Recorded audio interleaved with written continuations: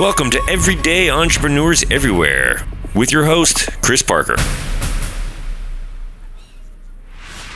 Hello, this is Chris Parker, and I'm here with Paul Epping. And I believe I met Paul back in, 2011 at Singularity when we were both there at the executive program. But Paul, delightful to see you again and talk to you again. Would you, for me and for the others, maybe introduce yourself? And what I would love to hear is what do you do, and why do you do what you do? Right.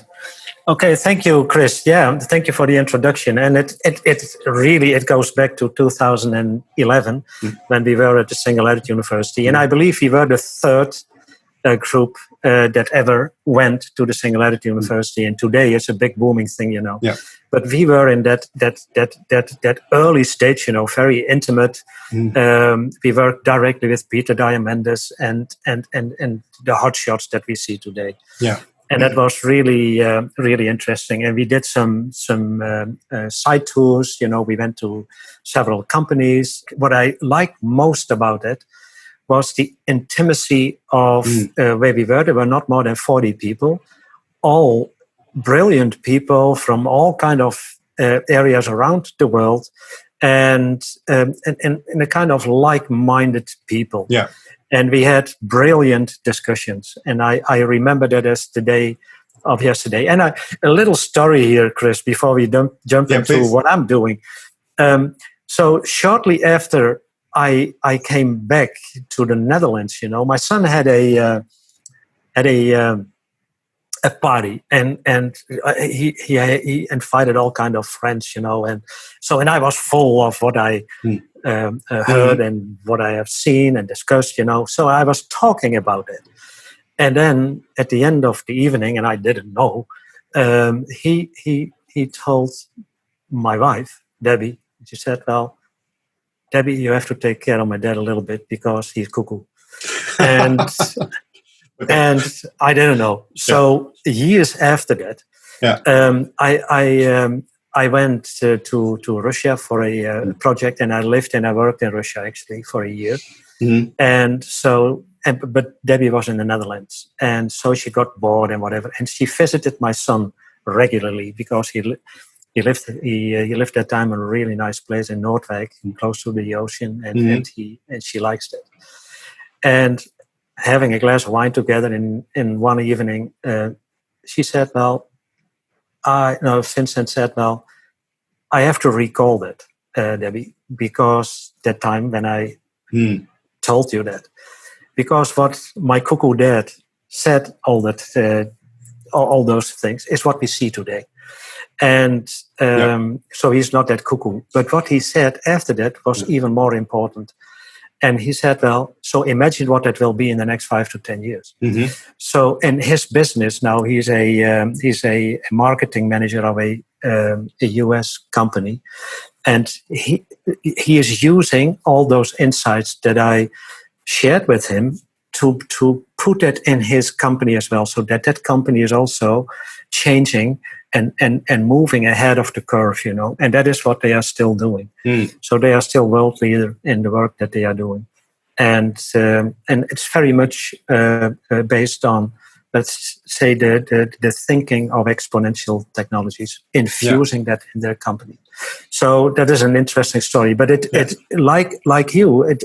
changed literally my way of thinking, and a lot of people around me, including in the big company that I was working, the CEO literally said to me, Paul, don't talk about the future. It's not going to happen. Stop with that nonsense, literally. Yeah. And so I stopped talking inside the company, but outside the company even more. Even more. I had a bit of a similar experience because at that time, 2011, I was the group CIO for LeasePlan. It's a mobility company, over 30 odd. It's a leasing company. And I sat in one of the, I think you probably did as well, sat in one of the first versions of the I guess the Google car is what you call it back in the day. Yeah. We saw that thing with the LiDAR on top, Yeah, so I was sitting in there. A lot of computers spinning in the trunk. Yeah, and I came back and I tried to raise alarm bells and say, hey, when driverless cars are here, and I have sit in one, our entire industry is gone. Well, what does that mean? And I basically got the same reaction you got, because it's not this quarter, it's not even maybe this year at that time. So it's going to be really fascinating to see. It completely changed my my perspective on it. And then, very interestingly, with another guy, Timon Meckel, who has been the CIO of Athlon, one of the competitors. Mm-hmm. Him and I sat together and actually had the same sort of vision on it. And so we started speaking, him and I, trying to wake up the industry. But it's well, I guess the industry, they'll wake up when they wake up. So right. Let's come back. Let's come back to you. What? Tell us what you're doing and maybe why. Yeah. So because of all the things that I see around me changing quickly, and over I would say the last 10 years probably, I did so many keynotes all over the world, talking about exponential technologies and the dynamics of the exponential technologies, the impact that it will have. And I usually focus on a couple of areas that I'm really interested in, which is biotech, artificial intelligence, and nanotechnology. So that nanoscale is what fascinates me and what we can do there. So I was talking about that, and I had discussions with the audience, and I was all the time, I was so stunned by the fact that people had no clue what was going on around them. Even if they are people who are attending those keynotes, are usually people working in tech spaces, all kind of things. But very narrow focused, and that's why that was my observation and experience, not really looking around them, what is happening and how can we use that. Mm-hmm. So then I in my work that I did that time, I have been CIO in several big hospitals in the Netherlands, and I also brought that in our technical environment. And in one or two hospitals, it was more successful than another one, because the adoption was not how I envisioned that. And it were always interim jobs that I did, because I run my own company. So I was that as an interim for usually half a year to a year. But nevertheless, so, and then later, when I worked for another big company and went to Russia, I started to build also helping to design new hospitals, and try to also infuse that new thinking in those hospitals. And people got really enthusiastic about it. Yes, that is where we have to go, blah, blah, blah, blah. But once it really comes down to designing, it all goes back to what it was. Because people were, and that was another confirmation, not able to oversee what is going to happen, because it's not linear anymore. Yeah. And I could explain that linear versus exponential and where it's going. And I even said in Russia, people who sponsored our work were in mining, were in oil business and whatever, And I was talking already that time, said, well, coal mines, just forget it. It's over, end of the story. And today is what we see. And I gave them ideas what they could do instead, but they never followed up on that. So, long story short, maybe they are now. Maybe I lost contact with them. Yeah. So I worked for a big company and stopped with that work, because I'm not a guy who can work in a big company. I don't need all kind of layers above me who telling me what to do, and I'm rather asking for forgiveness, but never for permission. So that's how I work. So I left the company beginning of last year, and started together with a good friend of mine a company Exponential EQ, focusing on things related to exponential technologies, because the awareness, focusing firstly on awareness, creating awareness, because if you don't know what's going on, you don't know what you can do with your own company. So that is basically what we are focusing on, and we do that in all kind of flavors. And to mention you one interesting thing, or actually two, that we really do and that we really appreciate, is we have a board as a service. That means that Tarek and I are virtually on a board and helping the board to look into the future based on their own strategy now. And there are now several companies who are hiring now futurists. And I think companies should do that, because people who are, if you are saying, well, I'm a futurist, and they say, well, futurist, they are looking at a glass ball and where is it based on? But, today it is more a science. It's not anymore the glass ball. It is a science. I'm working closely with Jerome Glenn. He is the CEO of the Millennium Project, and he is actually, I think, one of the top futurists in the world. And all the work that he is doing is based on science. And he is developing scenarios for all kinds of things. As we speak, he is working on a scenario, or 3 scenarios actually, for artificial general intelligence. And I'm at the sideline and helping him with that. And that is fascinating. And so when we are on those boards, Chris, you cannot believe how narrow-minded people are. And you have to be very political and nice and whatever, and try to bring them into that new kind of a mindset. That's what we are doing. And in addition to that, Chris, and then answering your question, is that we also have a youth board as a service. So now we're bringing in young people, younger than 25 years old, the digital natives. Yeah. And the youngest board member that we have in our own company is 9 years old. Wow. And he is telling us where things are going. Yeah. And how that happens, And I'm mentoring a couple of other people who we are now recruiting also to be part of that youth board. And those young people, 14, 15, 16 years old, they are on a different planet. And they are helping us to open our eyes even. You and I, we are really skilled and educated in exponential technologies, but they live it. Yeah, and that's a different nature. No, great. I just took a note because my motivation for doing these interviews and podcasts is for me to learn. And it's very selfish, actually. And hopefully to learn from each other, and maybe other people find at least entertainment or inspiration from it. But we call that curiosity. Yeah. I'm endlessly curious. I would love to interview one of those youth board members if that's ever possible. Oh yeah.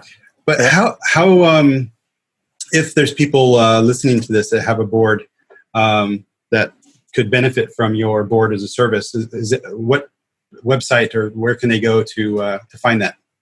So they can go to EQxponential.com. Okay. And there they can see the offerings that we are doing. I'll put that in the notes as well. And they can also go to Exponential. So it's Exponential, exponentialtalks.com. Yeah. And there you can go to the webinars that we did. And one of the webinars that we did is with young people who are students of the Academy, which is a open platform. In addition to the high school where those children are going. And they did a 10-week project where they have to figure out solutions for one of the SDGs problems, The SDGs, the Sustainability Development Goals. Goals of the UN, yes, correct. And so they developed that, and they presented that in the Academy, and there were 5 teams chosen as the best projects. And we invited those teams in our webinar as well. And that is that is all taped, that is all on record. And there you see those I would say, those bright people talking about complicated stuff that they are not afraid of, but they are just working and making it possible with minimal viable products that are really working. And the first group there, Adam is in that group, and he is in our board. And Raya is another. She is the CEO of the Academy. She is 25 years old. She is neuroscientist and whatever, a lot of things. And she's also in our board. Yeah. And so that people get an understanding about what kind of people are we talking. And they are helping us. There's another story, Chris. Please. So we did that sprint in here in Dubai, a premium sprint, and in the end, just so people know, a sprint, it's an exponential sprint, so it's a 10-week sprint, 10-week sprint. Yeah. We go through a whole method, and in the end result is that each team has to present 2 initiatives. We usually have 2 core teams and 2 edge teams. Mm-hmm. And in the final presentation, we invited the youth board. So we had 3 young people sitting next to the board where the teams were presenting to. And all the time, when someone did the presentation, the CEO of the board went to the young the table with the young. I need to know that. What do you advise? So they fed him with questions to ask the and later I heard it from both sides is that based on the input of the youth board, they could make their decisions, their final decisions. How cool is that? No, I love it. I have heard people have implemented like reverse mentoring and topics like that, and oftentimes when they're collaboration transformation or digital transformation, but having it structured as a youth advisory board, I think is just brilliant. Because I think it also gives it sort of a mandate or an authority. Instead of some kid running around trying to give advice. It's actually structured. So then the executives who are in their operational excellence, closed, focused, where they should be for a lot of the time, but then give them a method to actually open in a safe way and get this input. I think it's brilliant. So nice. So and we use the metaphor. What the board does usually, they are looking through the microscope, whereas those other people are looking through the telescope. And that is the metaphor that we are using. And that really helps. And that resonates very much with the board, because that is what they're doing, especially if you are in a stock market company. They are living quarter by quarter by quarter. And that is their life. And rarely that they are looking further down, because they hardly can oversee that. Anyway. So one for those that are listening that might not be familiar with exponential and exponential sprints, core means within the existing organization, within the existing almost say product definitions, within the existing business model. And edge means something else, meaning it's probably more disruptive. It's a new product, new business model. And that's just part of the language there. And I really like that approach, because those two things can be very different. When you're going through the sprint, to think out of the core, out of the box, it almost gives you freedom to explore more wildly. And then if you are working in the core, well, then there are natural constraints and boundaries that need to be adhered to and respected. So just and you cannot really disrupt that because that is where you make the money. What you can do is to improve a lot of things using the attributes that we are using in the exponential transformation world. That is using more the abundant world outside of your company. How can you use that to improve your internal processes, for instance? So looping back to Exponential EQ, so your organization, your company, and this question is about focus. I suffer from shiny object syndrome. There's so many things to do in around exponential technologies, exponential attributes. What's going on with new business models. How do you maintain focus on maybe the right clients or the right topics over time? Yeah. So our focus is always, we are, let's say, industry agnostic. So that means that what we are doing applies to all kind of industries, because all industries will be, or organizations will be impacted by exponential technologies. So our focus is always to start to talk about the dynamics, and what we are doing then, applying that to a certain industry. As we speak, we are starting with the financial world, several big projects that we are going to start, and we are talking about how does exponential technology impact your financial business. And we are not talking about banking, we are talking about finance 5.0. So we are putting it really far away. And one of the people we were talking to last week in our webinar is the CTO of Alibaba, Zeng, Dr. Zeng. And so we had him in a webinar and talking about what is going on in the financial world. And what we really asked him is, how can, for instance, the bank in Africa where we are going to work with, how can they defend themselves? And he said, defending is not the right thing. What you have to do is to attack. And that is a different mindset. So, and that is what that is our focus, you know. So what can you do Traditional banks are not in attack mode typically. So it's a completely different culture and mindset. So you have to get them out. And what you are trying to do is to help them to understand their own processes and why they are doing that, the way they are doing that. The focus of us is all the time trying to give them the understanding of the dynamics, to help them to change that mindset. And it is not easy. It is not easy, Chris, to do that. No. When I came back from the Singularity University way back then, it took literally a while before I really got it, before I felt it, before I lived it. My question will be, is it possible to change the mindset? And let me couch that in a perspective, because as you know, my passion with this is how will these exponential capabilities impact the actual customer experience, the customer journey, the customer life. And when I've done lots of work in customer experience strategy and design, usually with some sort of technology underpinning, I have never seen an organization be able to shift its perspective on customers from selling from scarcity thinking, to exploit the customers, shift to a collaborative, co-creative, value enriching, customer-centric mindset.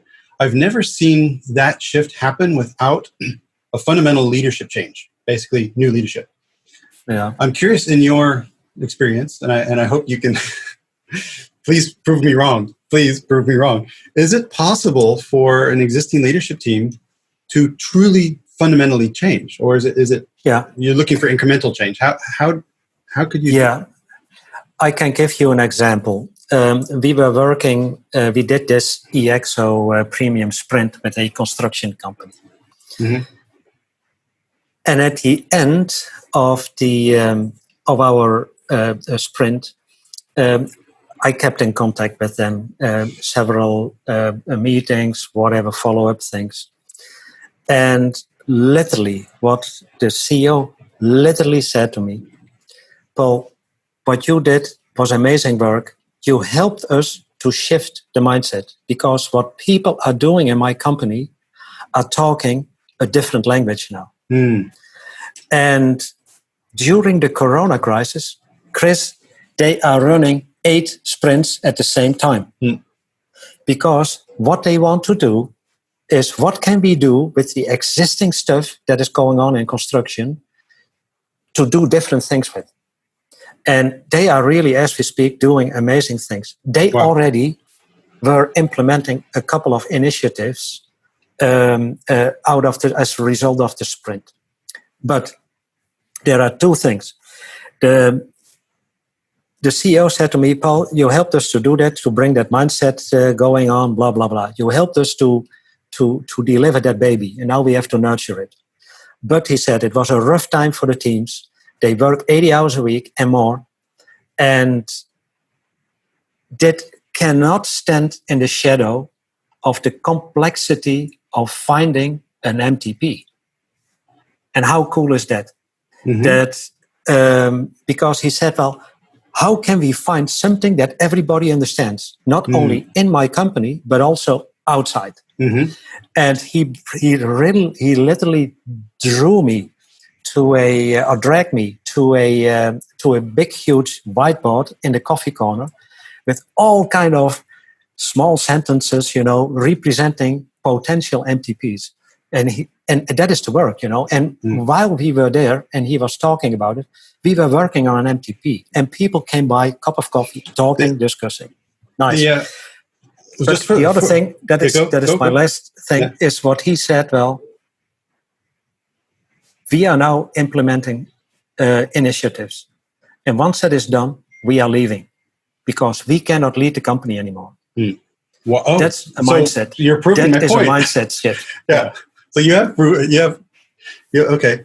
But for that person to have that insight and awareness and and most undoubtedly then work on the succession planning in order for it to work, that I think is true leadership and true mastery. Yeah.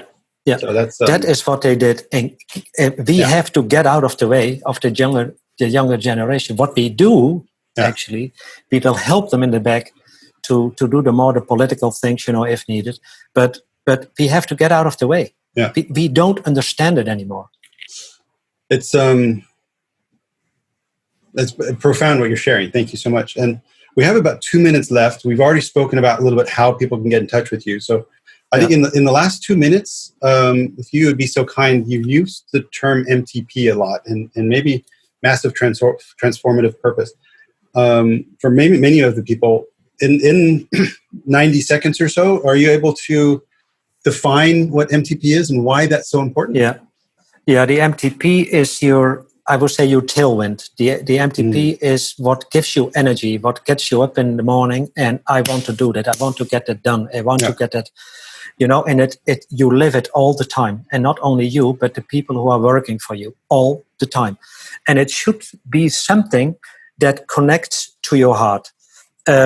Our MTP of our company is transform humanity to make a difference. That's what we do. That is the core of our work. And all the things that we are doing revolves around that. So if we come up with new offerings, it always is connecting to that because we want to transform humanity. And that starts also with individual people, you and me.